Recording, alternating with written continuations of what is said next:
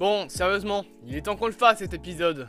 Salut à tous amoureux transis du cinéma, bienvenue dans ce 5e Radio Terre 616, la radio de l'actualité, celle qui vous fera danser, celle qui vous fera aimer le cinéma.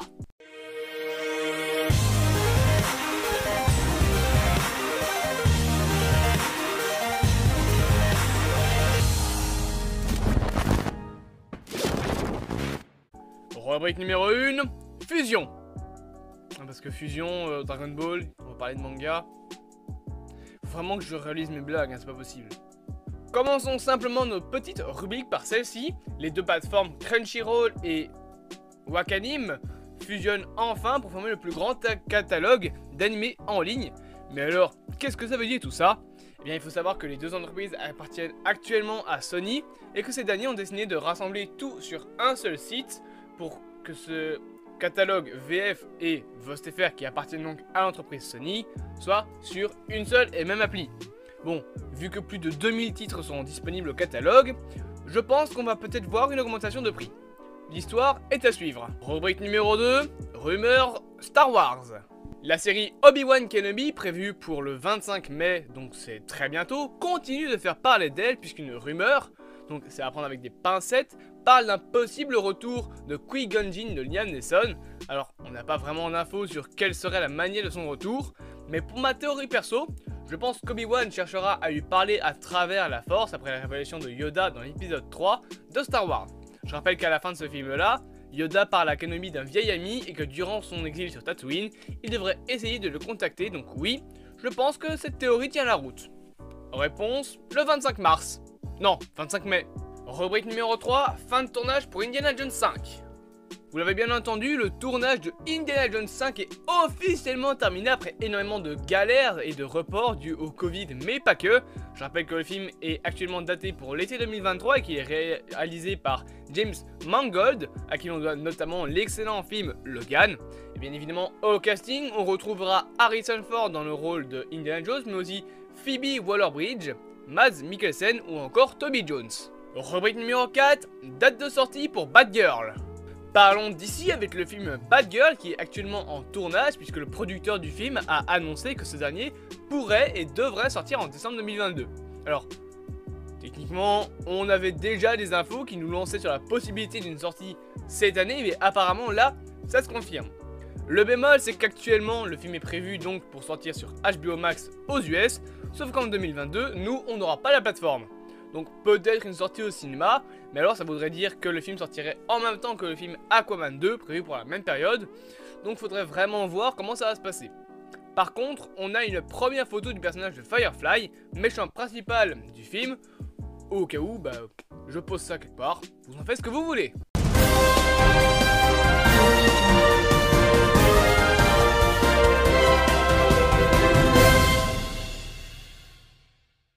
Flash Info. Oui, l'information que je vais vous donner est trop courte je trouve pour en faire une rubrique, donc j'ai décidé d'en parler dans un flash info. Mais je peux vous dire qu'un film en live action sur la série Beyblade de chez Hasbro bien évidemment est en préparation.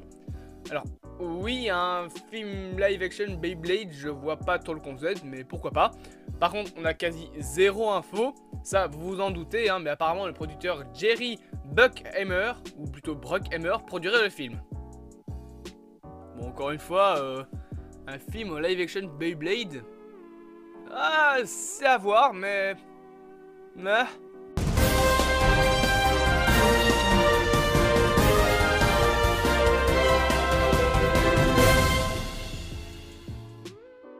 Rubrique numéro 5, Netflix Game. Vous étiez au courant ça, que Netflix fait des jeux? Eh bien sachez qu'ils viennent officiellement de commencer les négociations pour acheter la société de jeux vidéo Next Game, société de jeux mobiles qui nous ont notamment présenté les jeux Stranger Things ou encore The Walking Dead Our World, et tout cela pour la bagatelle de 62 millions d'euros. Oui, des euros. D'ailleurs, pour se marrer 2 secondes, hein, la branche de jeux qui s'appelle le Netflix Game est tout simplement la branche qui fait les jeux chez Netflix. Ouais, alors, niveau du nom, bon, ils se sont pas très foulés, hein, faut l'avouer. Rubrique numéro 6, le grand méchant pour Kraven. Parlons maintenant de Marvel avec Kraven le chasseur. Encore une fois, on parle de ce film, puisque l'acteur Alessandro Nivola a apparemment rejoint le casting du film en tant que méchant, malgré les rumeurs concernant Fred Elchinger dans le rôle du caméléon. Je rappelle bien évidemment que pour ce qui est de Kraven, eh bien c'est Aaron Taylor Johnson qui a été choisi. Rubrique numéro 7, suite à plusieurs sagas. Parlons maintenant de 2 sagas qui font officiellement avoir droit à une suite. Commençons avec bien évidemment Will Smith qui va de nouveau tenter de casser le box-office avec la suite de Je suis une légende ou I am a legend en VO. Pour l'épauler, le vétéran d'Hollywood pourra compter sur la star montante Michael B. Jordan avec qui il partagera l'affiche et le rôle de producteur. Pour rappel, Michael B. Jordan est surtout connu pour son rôle de Killmonger dans l'univers Marvel. Mais le film n'est pas le seul qui pourrait avoir une suite, puisque le futur de la franchise Alien via un nouveau film semblait compliqué ces dernières années, mais là, les choses se décantent. Un nouveau projet est en débarration avec un réalisateur dont on a déjà parlé. Après l'échec bien évidemment de Alien 5 de Neil Blomkamp, celui-ci connaîtra-t-il un meilleur destin? Sachant que Ridley Scott revient là-bas en tant que producteur, ça promet déjà une petite masterclass. Pour le réalisateur, hein, pas le Real de Madrid. J'aime pas le foot, donc bon, voilà. Bref, pour le Real donc, et en scénariste, on retrouvera Fede Alvarez, on en avait déjà parlé notamment, puisqu'il a réalisé et scénarisé le film Evil Dead Reboot de 2013. Rubrique numéro 8, nouvelle pour Disney+. Une info a été dévoilée concernant les tarifs de Disney+, puisqu'il se pourrait qu'un nouveau type d'abonnement arriverait plus tard sur la plateforme. On parlerait là d'un abonnement moins cher, mais avec donc des pubs. Oui, des pubs sur Disney+. Alors, après, si la réduction est de 2€ et que tu as des pubs toutes les 15 minutes, je suis pas sûr que ce serait vraiment intéressant. Faut voir comment ça va s'annoncer.